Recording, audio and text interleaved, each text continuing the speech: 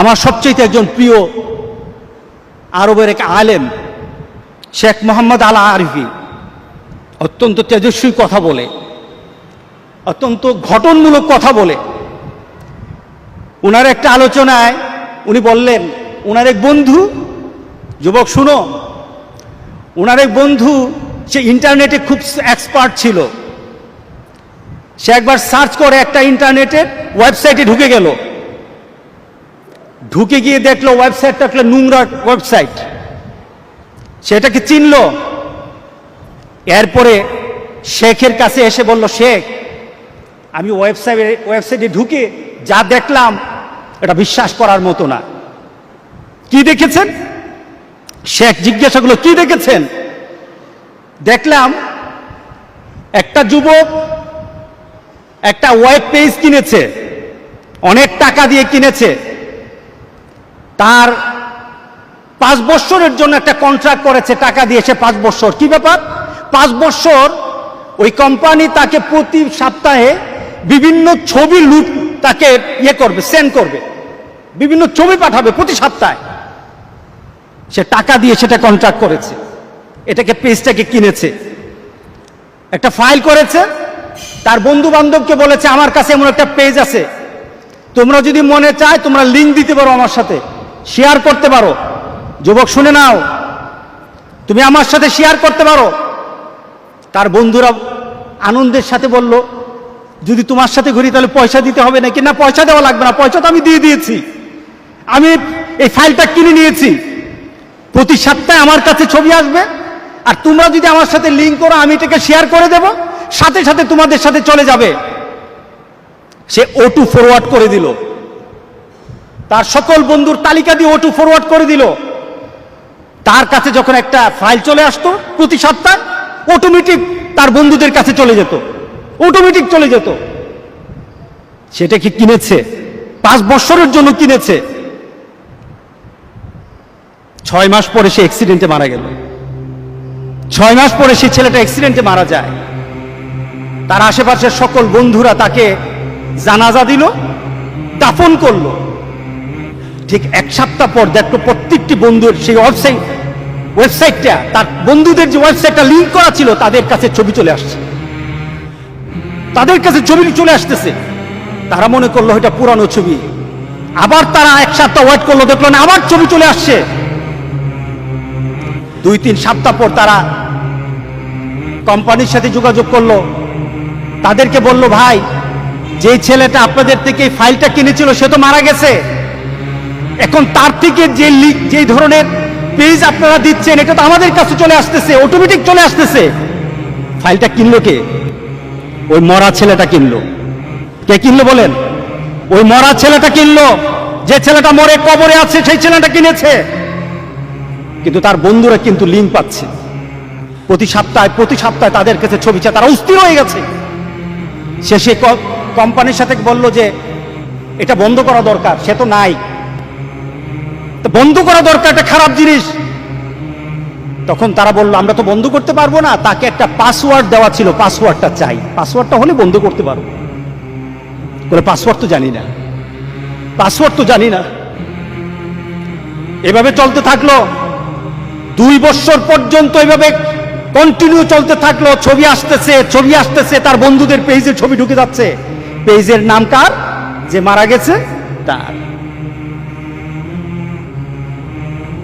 5টা বছর এভাবে আসলো, 5টা বছর এভাবে আসলো। নোংরা ছবিগুলি তার বন্ধুদের কাছে চলে আসলো। পেজটা ক্রয় করেছে, যে ছেলেটা ক্রয় করেছে আজকে কবরে আছে। তাহলে আপনার বিবেকে কি বলে? এই ছেলেটা পেজটা যখন খুলেছে সে কি জানতো আমি মারা যাব? জানতো না। কিন্তু আজকে কবরে শুয়ে আছে, তার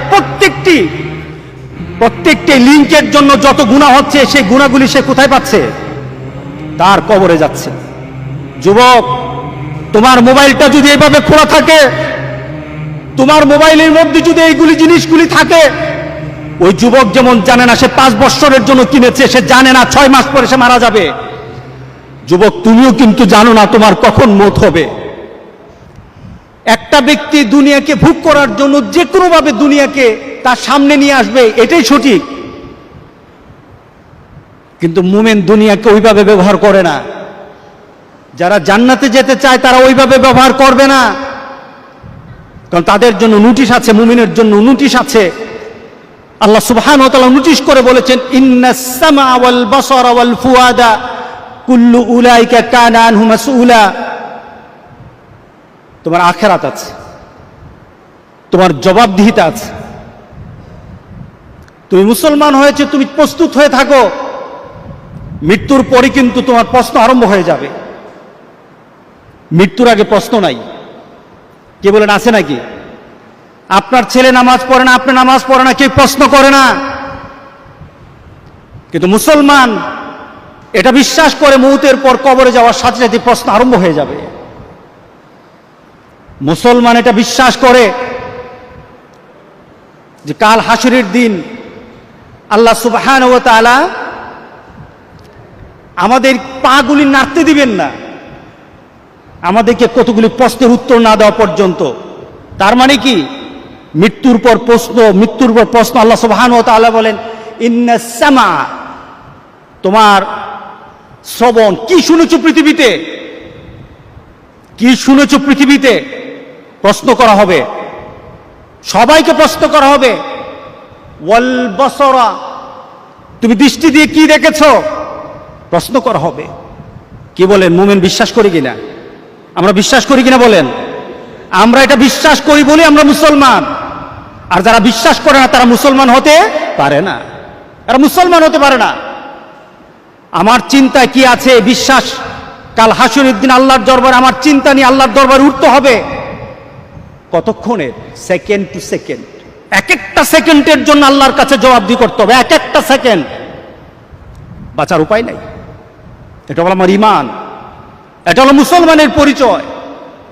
কিন্তু গোটা পৃথিবীতে আজকে আমার দৃষ্টি কি হচ্ছে, আমাদের দৃষ্টি কোন দিকে যাচ্ছে, আমাদের দৃষ্টি দিয়ে আমরা কি দেখছি, আমাদের সন্তানেরা আমাদের জন্য কি ব্যবস্থা করছে। আজকে ঈমান বাঁচানো, আজকে সব কিছু এখন অবস্থা চলে গেছে যে ঈমানটা নিয়ে কবরে যাওয়ার কোনো সুযোগ নেই। আপনার সন্তান, আপনার ছেলেদেরকে, আপনার পরিবারের ছেলেদেরকে তাদের মোবাইলগুলি সার্চ করে দেখেন।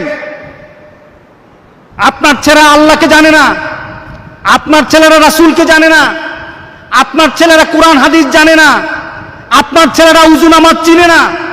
আপনার ছেলেরা কি চিনে? টিকটকে কি করলো, লাইকিতে কি করলো, ফেসবুকে কে ফেমাস হলো। এখন এইগুলি নিয়ে ছেলেরা পড়ে আছে। শুধু পড়া নয়, পড়া নয়, একটা যুবক যদি মনে করে 1 মিনিটের মধ্যে গোটা পৃথিবীর সবচাইতে নোংরা জিনিসগুলি আমার সামনে চলে আসবে, 1 মিনিটের মধ্যে সব চলে আসবে, 1 মিনিটে চলে আসবে। পৃথিবীর যতটুকু নোংরা মনে করেন সব নোংরাগুলি সামনে চলে আসবে। তার মানে কি? আপনার ছেলের চোখের সামনে আল্লাহ রাসূলের নীতি নাই, আপনার ছেলের চোখের সামনে আল্লাহ রাসূলের কোনো কথা নাই। যেগুলি আছে এগুলি দেখবে, দুজকের দিকে দ্রুত চলে যাবে। যত দ্রুত গতিতে এখন স্পিড, কত 4G, স্পিড কত 4.5G, স্পিড কত, আরো চাই, আরো চাই, আরো স্পিড চায়। পৃথিবী আজকে ইন্টারনেটে স্পিড চায়। তবে এই স্পিডে পৃথিবীর যতটুকু উপকার হোক না হোক, এতটুকু উপকার হয়েছে, দুজকের স্পিড বেড়ে গেছে, দুজকে যাওয়ার স্পিড বেড়ে গেছে। আজকে সতর্ক হতে হবে, আজকে আমাদের সতর্ক হওয়া দরকার। যদি এইভাবে আমাদের সমাজ চলতে থাকে তাহলে মনে রেখে দিন, আপনার ঘরে আল্লাহওয়ালা পাওয়া যাবে না। মনে রেখে দিন, আপনার ঘরে দিনদার পাওয়া যাবে না। আমি গত কয়েকদিন আগে এখানে কথা বলছিলাম, কথাটা এইভাবে ছিল যে এখনো আমরা আমাদের মা বাবার জন্য দোয়া করার তাগাদা ভিতরে আমরা সৃষ্টি করি, ভিতরে আমরা অনুভব করি আমাদের মা বাবার জন্য দোয়া করা দরকার। কিন্তু এমন একটা সমাজ আমরা রেখে যাচ্ছি, আমরা কবরে থাকবো, আমাদের সন্তানেরা আমাদের জন্য দোয়া করবে না, আমাদের সন্তানেরা আমাদের জন্য দোয়া শিখবে না, আমাদের পারবে না, ওরা আমাদের জন্য দোয়া করবে না। বরঞ্চ তাদের জন্য সবচেয়ে প্রিয় হয়ে যাবে বিভিন্ন ধরনের মিডিয়াতে বিভিন্ন ধরনের ইন্টারনেটের সকল কিছু তাদের কাছে প্রিয় হয়ে যাবে। যুবক, তোমাদের জন্য খুব কঠিন কঠিন সমাজ তোমাদের সামনে।